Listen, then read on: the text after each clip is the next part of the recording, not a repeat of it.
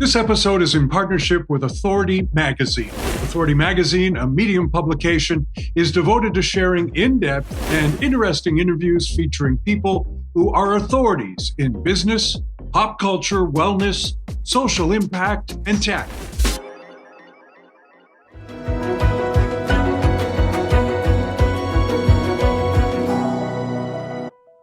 Today, we are taking you to the Twilight Zone. Well, we're meeting someone who was there. And Serling is the daughter of the fabled television producer, series narrator, screenwriter, and playwright Rod Serling.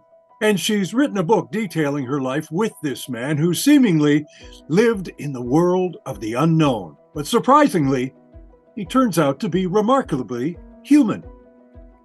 And welcome to Believe in People. Thank you so much. It's a joy to be here talking about my favorite subject, my dad. Well, let me ask you about your favorite subject, your dad. Where does one start? As a child who grew up watching those mysterious and often dark programs, where does one start talking about your dad? Well, I can tell you that he was nothing like people would imagine. He wasn't that frightening, dark image walking across the television sound screen, the MGM sound screen. He was brilliantly funny, sweet, silly, just the polar opposite of what one imagines. And diverse. I mean, if you think about all the things, I think, and people think of him obviously with the Twilight Zone, the genius of that, and Night Gallery. But he was a playwright. He was a creator. Where did that come from? Well, originally he intended to go to the same college his brother went, Antioch College, which he did go to, but he was going to major in physical education because he loved working with kids. Oh. And as he said, the war put an end to that. He was, like so many, just completely traumatized by the war, and did go to Antioch and then switched his major to language and lit because, as he said, he had to get it out of his gut. He had to write it down, thus became a writer. Well, I assume as the story goes, after the Japanese attack of Pearl Harbor, that's when your dad and so many other kids decided to sign up and go to war. Is that the case? And do you think those memories? He's a paratrooper, right? Those memories probably had a lot to do with his writing. Oh, absolutely.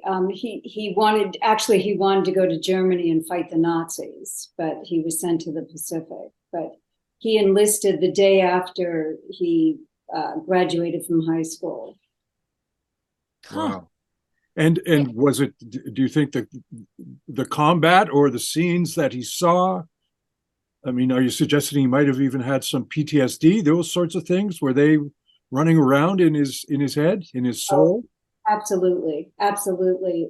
A lot of trauma, like so many. And I have memories of hearing my dad scream in the middle of the night. And in the morning, I would ask him what happened.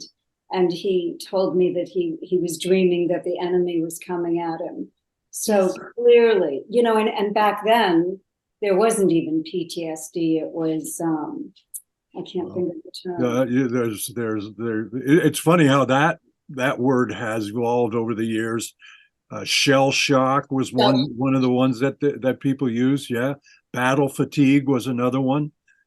We seem to have sort of mellowed it out now all the way down to PTSD, which anyway. And he came from this, how he would describe it, an idyllic childhood. And so to go from that to be thrust into the situations that he was thrust into, it was, he wasn't prepared. In fact, when I was writing my book, one of the most difficult parts was reading. I had a lot of the letters that he'd written to his parents and that his parents had written him when he was in training camp. And it just hit me that he was so young, and the letters read like a kid writing his parents from summer camp, could you please send me a new belt, a wallet, some gum? And my son was the same age when I was writing those chapters as my dad was. So it just really, it was powerful that to really see just how young these kids are, that we thrust into these horrific situations. Yeah. And for our viewers and listeners, Anne's book is As I Knew Him. And when did you publish that book?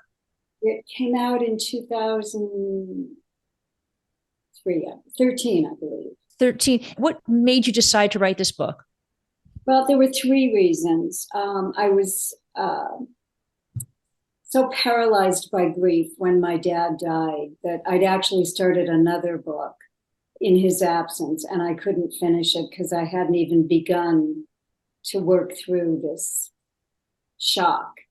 And then when I finally did, I wrote it again to navigate that whole minefield of grief. I wanted to know more about my dad's professional life.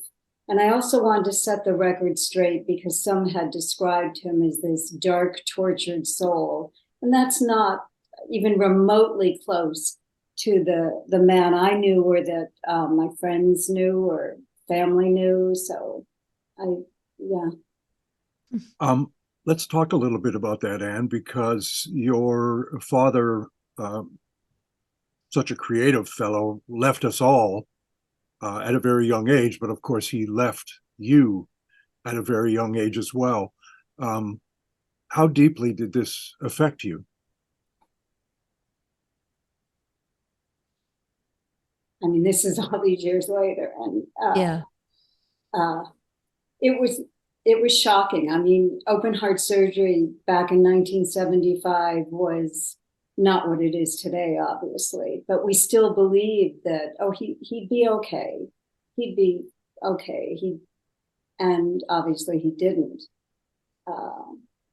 But there isn't a day really, I mean, this probably sounds cliched, but there isn't a day that my dad doesn't float across my mind. Or, well, in today's world, sometimes I'm glad that he's not here to witness things that he was so passionate about years ago, like racism and anti-Semitism. And but it's a loss that I cannot articulate. No. I just miss him tremendously.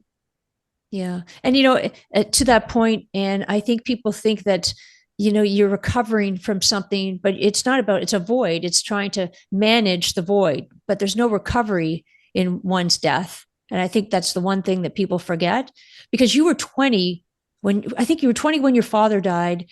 So not only did you have to go through the trauma and grief of your father dying, but he was also a celebrity. So you had to contend with that. What was the struggle like for you with that? I'd actually just turned 20 2 weeks prior to my dad's. Wow. And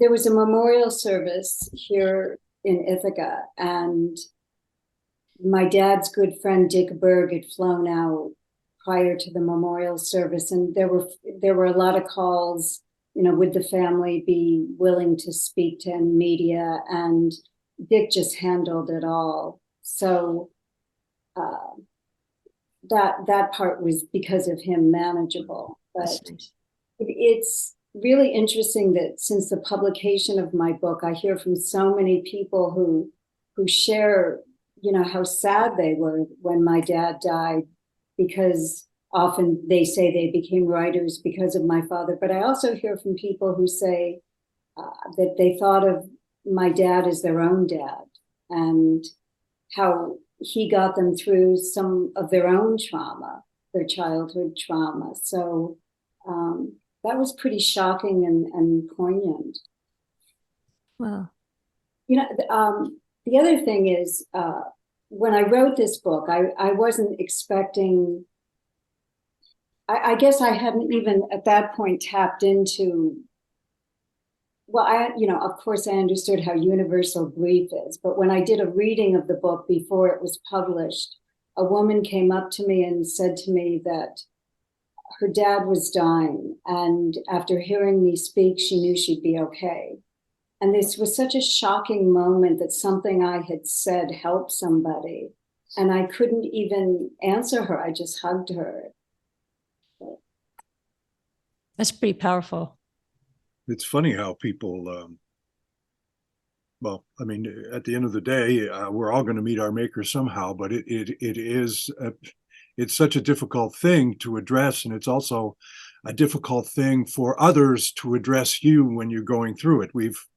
All three of us have gone through it, losing family members, obviously, and it's such a difficult thing for your friends and other people to address, and it's kind of like a void because you don't know how to fill that void, and that's, I guess, writing this book has assisted you in that way tremendously.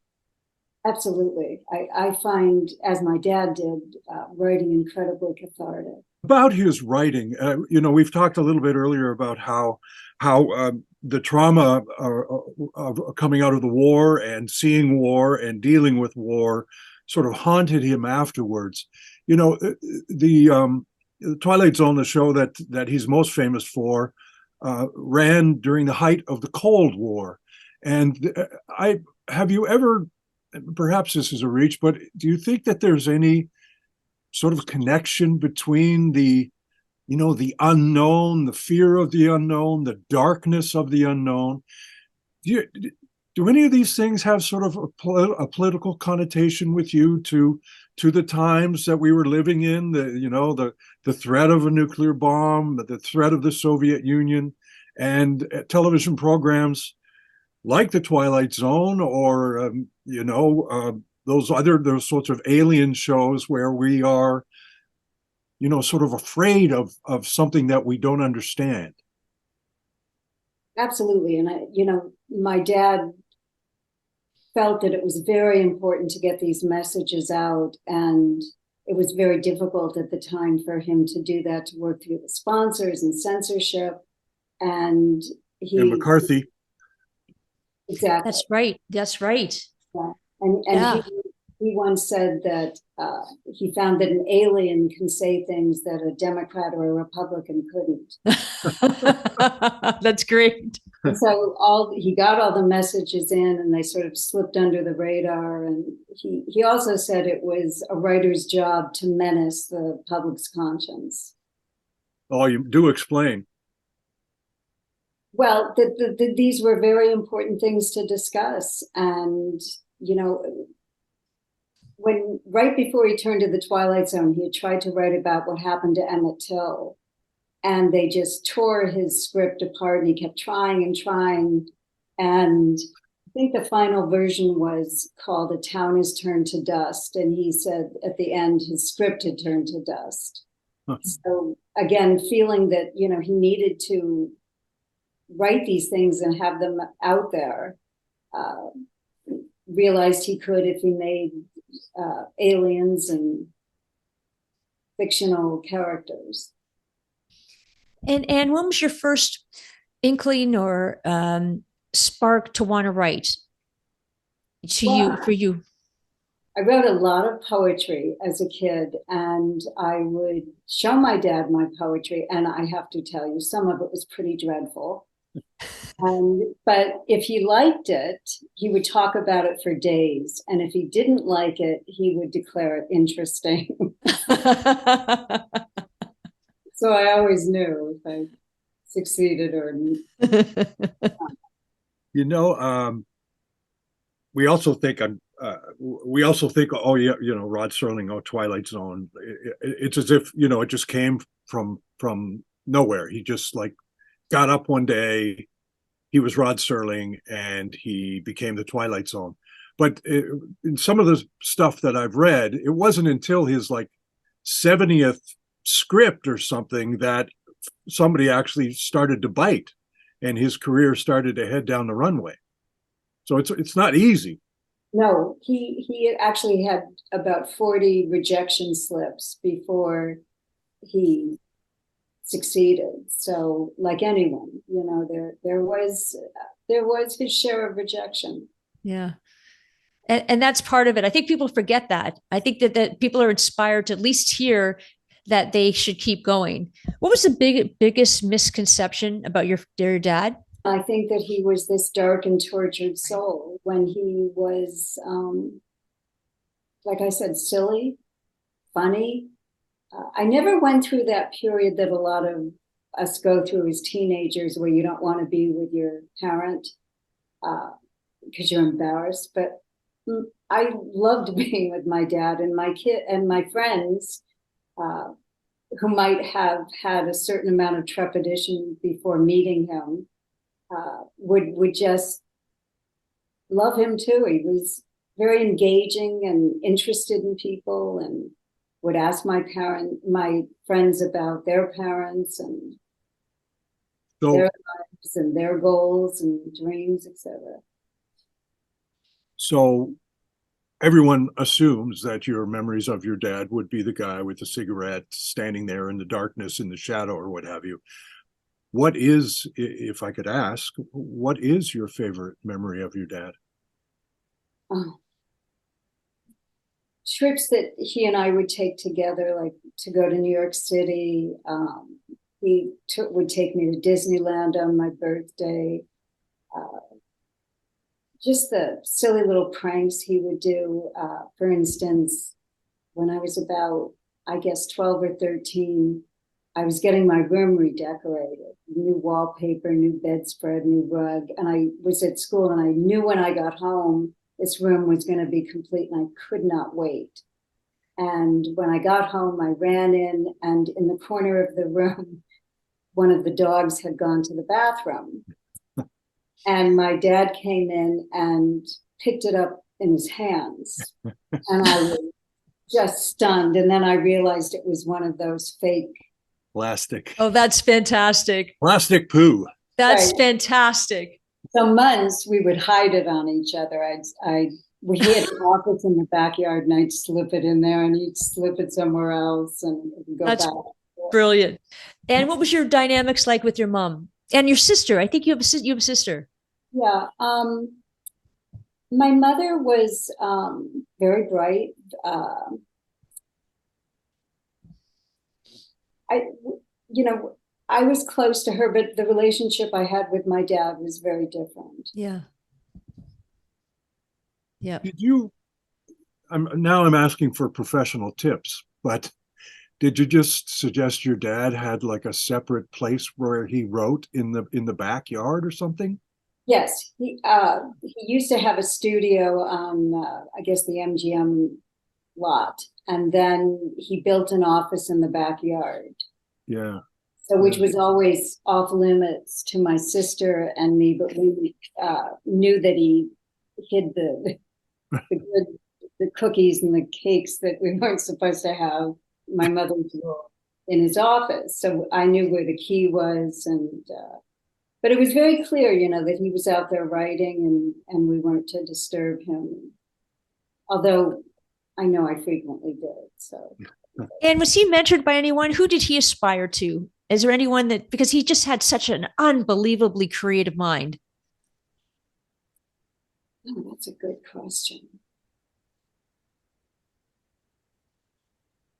I know he admired Poe. I know he admired Lovecraft. I'm trying to think of the writer's name who wrote Lord of the Flies. Goldman? No. Yeah. Yes. Huh. Do you have a favorite episode? I have several. A lot of the Twilight Zones that deal with going back in time, or like Walking Distance, which is clearly very autobiographical. Huh. And after my dad died, I didn't watch a lot of these when my father was alive. And then I started to, after he died, more to see him than the actual episode. And one of the ones that I watched, and I wrote about this in the book, was In Praise of Pip. And I realized as I was watching this that my father had used some of the dialogue that he and I used. Who's your best buddy? You are, Pop. And so it was sort of fascinating that I literally found my dad again in the Twilight Zone. And tell us about the Rod Serling Memorial Foundation. Yeah, that was a foundation that was started by a lot of my dad's school friends in high school, and way back in the 80s. And his teacher, Helen Foley, who he had tremendous respect for, and they remained lifelong friends. She was also really the person who began it all. So it's a means to promote his writing and the memory of what he did. Yeah. Wow. Well, as we reach the end of our conversation, it's clear that your father was a myriad of people. Yes, he was the mysterious guy on TV. Yes, he was the person who cared passionately enough to try to get a story about Emmett Till's murder on television.